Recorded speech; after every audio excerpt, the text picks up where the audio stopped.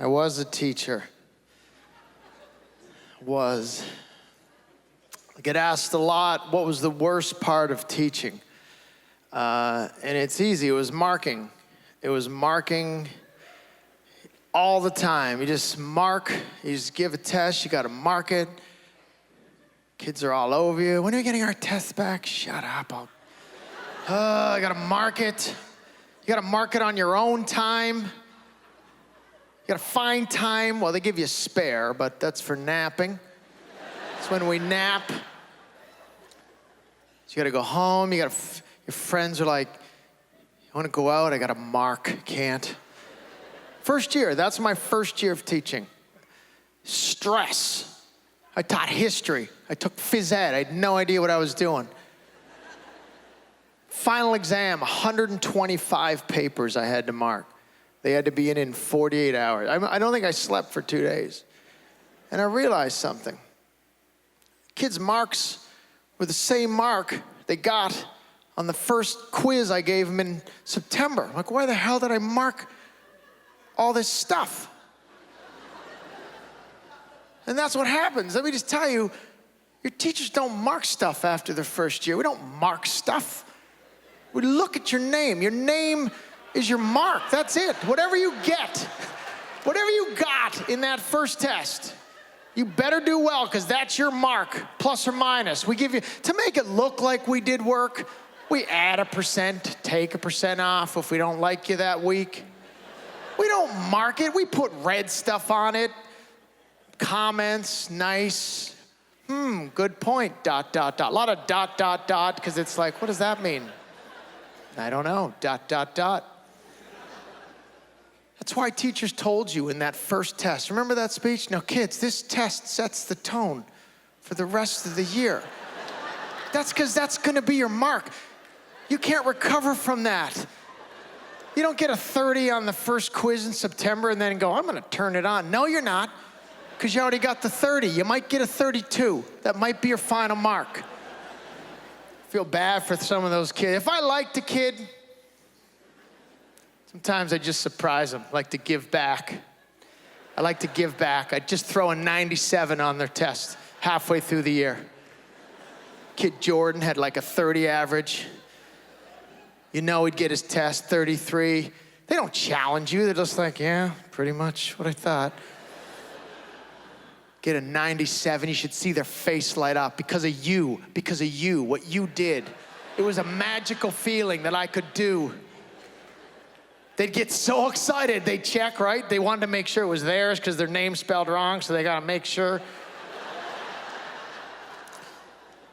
97, he's holding it up to his friends. I'm like, put it down. You didn't even answer the first page. Don't make me look like an idiot. You're gonna get 27 next test.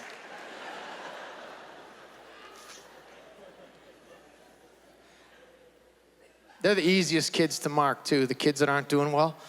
You're actually happy when you get that Jordan. You're like, oh, good Jordan, because it's just a lot of blank pages, right? Big line. We could leave it, but we go, no, I'm gonna go the big red line right through your test. You didn't try hard enough. Biggest stress for kids is around university time, college, when their marks are getting entered. Oh, it's stress time, right? They're trying to find you.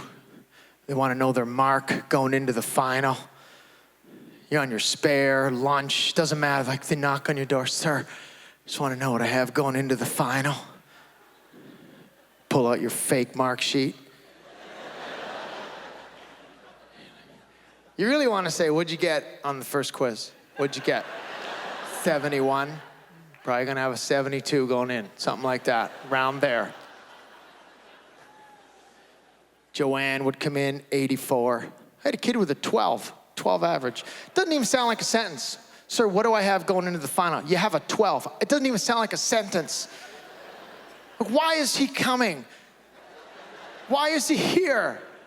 What do I need going into the final, sir? What?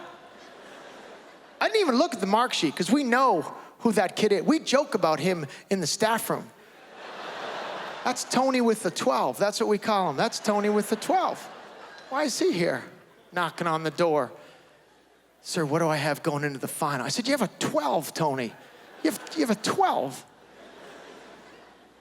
12 what?" He said, 12. He said, 12 what? 12%. You have 12%. "What's it out of, sir?" "What? This is a problem, Tony." I said, "Tony, you can't pass the exam. You're exempt. You're reverse exempt. You don't even need to write it. Don't even come. Stay home. Start learning how to pump gas." But I liked him. I liked this kid. So sometimes as I said, I give back for the kids.